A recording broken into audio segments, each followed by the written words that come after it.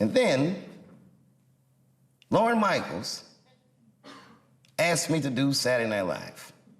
And it wasn't just like he asked me, he was courting me. I didn't even know it. He gave me this whole long speech. I was like, all right.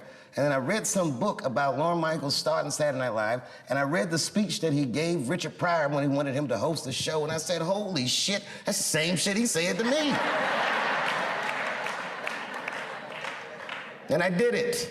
And that was an enormous amount of pressure. It had been 12 years since I had been on television, or since I had even talked to the media. And I remember I signed my Netflix contract on my way to my mark for the monologue. If you do live television, they count down every second. 30 seconds. Are you sure this contract is good? It's good, just sign the papers, good. 22 seconds. Oh, nigga, you better not be tricking me. 10, 9, 8, 7, 6, 5, 4, 3, 2, 1. I walked out on that stage and I killed it. It was natural.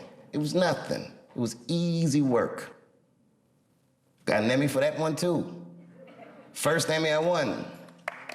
And when I walked on the stage, after being in the cold for so long, for the first time when I walked on the stage, I'm like, damn, nigga, I just made $60 million. That's what I thought to myself. It's been great ever since.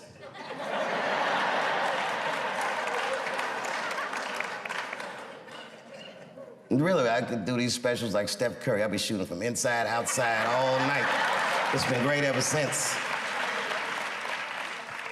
A lot of my friends are athletes, and I never could understand what it would feel like to only have a limited amount of time to be great. You got 20 years to be the best, or 30 years to be the best. But when you do art, you could be great whenever the world decides that you're great. I feel very lucky for that. And I never forgot this school. I've always come back and checked in. One of my favorite honors was doing the commencement at Ellington. I can't even remember what year it is. I just remember they cheered for me when I came out. I wasn't a big star, but I was their star. And I felt like I was home.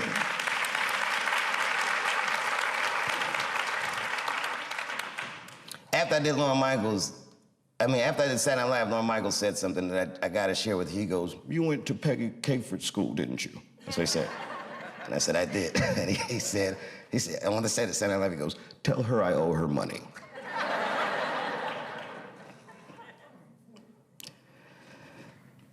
You know, I never asked to have this theater named after me. Peggy asked me. She was ailing, and I went to her house to visit her. She said, I want you to put your name on the school. She said, it will help us raise money for the school. And to me, it was like, I felt like I'm a little young for that, and I'm still kind of using the name, you know what I mean? Let's see what I do with it first. You never know, you know. Like, imagine if OJ named his son OJ Jr. Oh, Dad.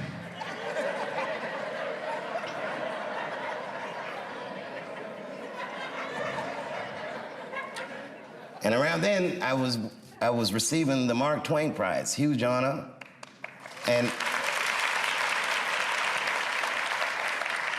the next day, all the artists that came to honor me, the Bradley Coopers and Chris Tuckers and all these great people, came to Ellington, and they taught master classes for the students. And Peggy Cooper Capeford, as sick as she was, got out of her bed so she could be with her babies. She never left us. So I did it. Say, you know, whatever you want to do, however I can help, I'll do it.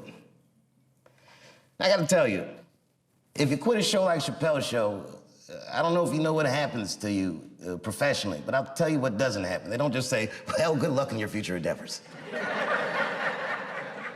With that media, they beat me up. With their power, they tried to make me behave. It takes a strong person to stand out in the cold like that. And I swear to God, so much of the strength I got to do that, the inner warmth I got to do that, I learned in this school and from my friends who helped raise me.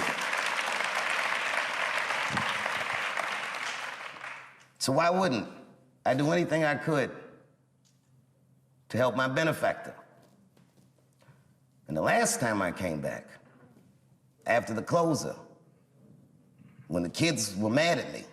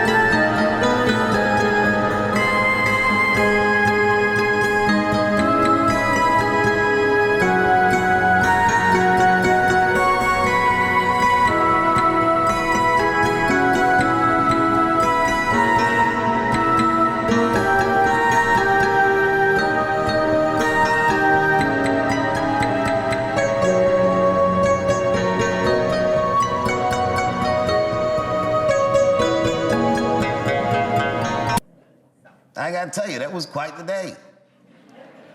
All the kids were screaming and yelling. I remember I said to the kids, I go, well, okay, well, what do you guys think I did wrong? And a line formed.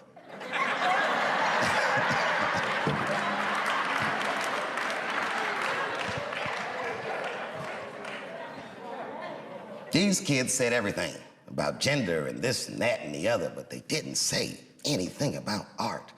And this is my biggest gripe with this whole controversy with the closer, that you cannot report on an artist's work and remove artistic nuance from his words.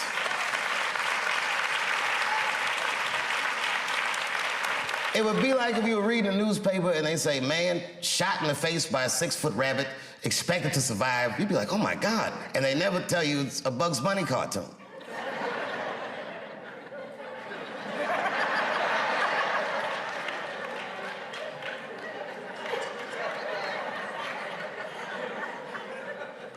I took a lot of cold shots in show business.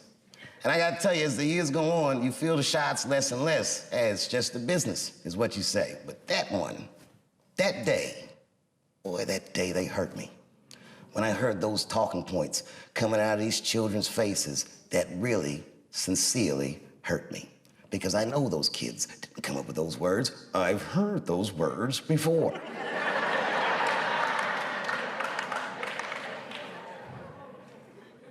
The more you say I can't say something, the more urgent it is for me to say it. And it has nothing to do with what you're saying I can't say. It has everything to do with my right, my freedom of artistic expression that is valuable to me, that is not separate from me.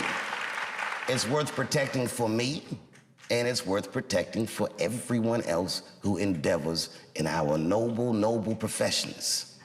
And these kids didn't understand that they were instruments of oppression. And I didn't get mad at them. They're kids, they're freshmen, they're not ready yet.